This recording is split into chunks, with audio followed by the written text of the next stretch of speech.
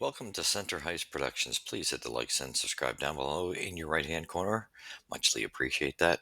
Share it with your friends and family. And thank you to my supporters. I muchly appreciate your support from the bottom of my heart. And if you come across the channel, please don't leave without subscribing and hitting the likes. Muchly appreciate that. It helps us continue building a strong family.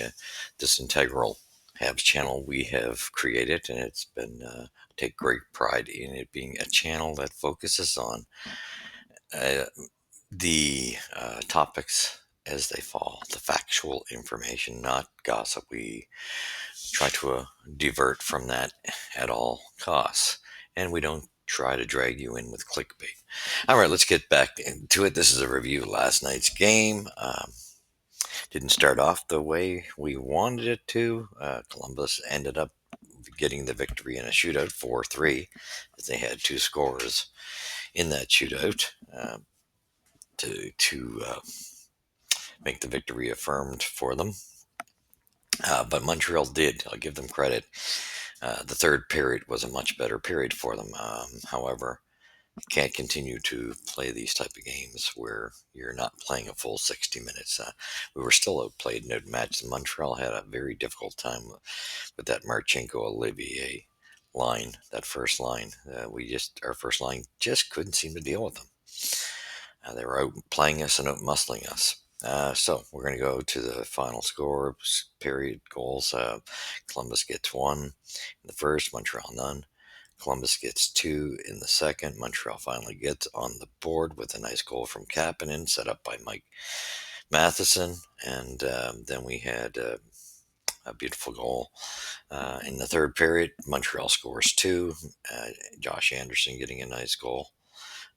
As he buzzed around the net as they were doing that, using a lot of crisscross, and it worked.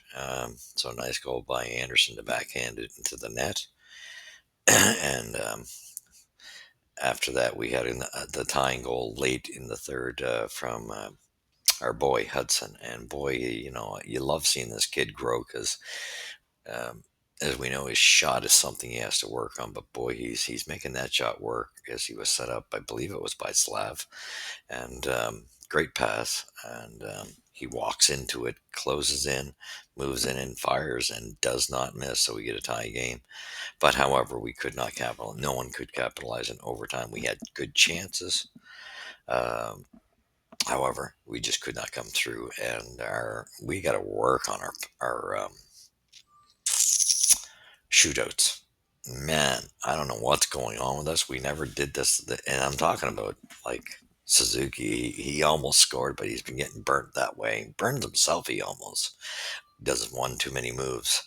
Um, Caulfield, same thing. I don't know what's getting into their head to skate up so damn slowly, no momentum, and I think it's throwing them off. They were doing better when they had a little bit of speed. I don't know where this little jive of trying to crawl in and go east west.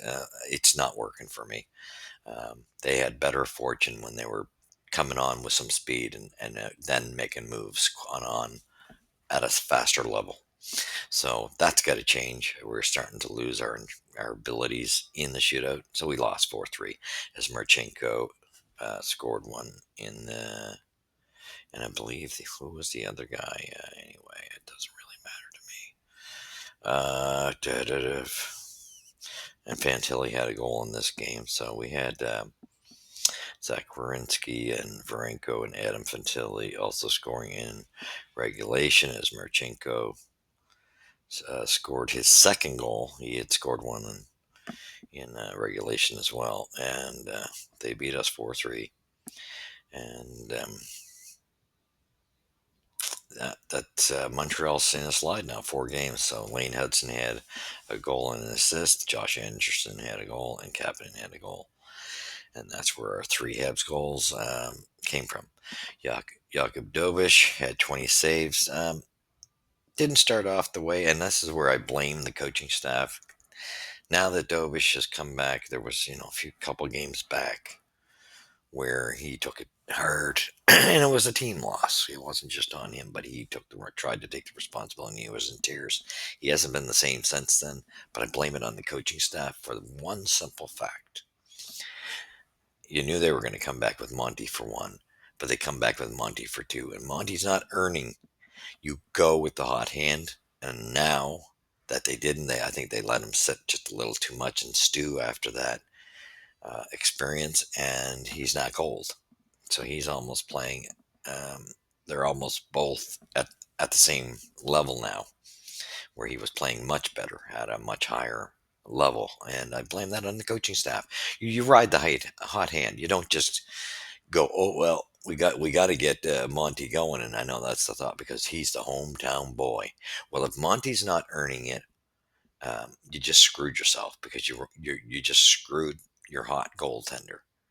So that's at what cost did you have to go screw things? That's on you, Marty. Sorry, that one's on you. And I love Marty, but I am holding him accountable for that one. I just think now you got two goalies that aren't hot. Yes, Monty's starting to come, but they're still playing about the same level. Whereas Dobish was playing much better before, and since you let him sit, you seem to have two guys at almost at the same level. I blame that on coaching. And then the next thing I wanted to talk about, I mean, I understand you brought up a couple guys from you think these couple guys from the AHL are going to be the answer? Do we really, and this is to Hughes and Gordon, do we really think they're going to be the answer to fix what we're in? Really? We've got Doc, who you have to give up on as a second line center now. As I said in my last video, you have to give up on him. It's over. Or at least if you want to still have him in the system after all these injuries. He was great before he got that first knee injury. He hasn't returned to that form because he's been injured all the time. Of course, development not growing, and who knows if he can actually develop at this point to the point he would have. He's glass, sorry, but I can understand them signing him for another year and see if he, and have him on the third line. You got to correct the problem now, though, for that second line. You need some to infuse this lineup with an actual second line center. You can't rely on Doc anymore. How many injuries does it take? Back to back to back back. And they're not short ones, they're long. How many injuries does it take to you realize that, you have to now move on? Yes, you can still keep him with the team, sign him, and then see what happens if he can stay in one piece and can develop and and prove us all wrong, but it just doesn't seem to be happening because of his health. And I love the kid, but you got to move on. Hughes and Gordon got to make a move because this team's too many injuries right now. Gooley, another guy, he comes out with a little more intensity when he is in the lineup, but keeps breaking like glass. There's a point when can he be a top four defenseman at this point, or is he going to be in and out for 10 weeks, 20 weeks at a time? Is that how it's going to be? You gotta have a guy that can stay in the lineup, and I love Gooley. Sorry, we're just playing. I don't know what I'm sorry. I don't think was the answer to bringing up to the Habs got too many of these type players that are at the same level. Now Jared Davidson, I could see you bringing up one guy. You got to make a trade. You need that second line center to boost this lineup.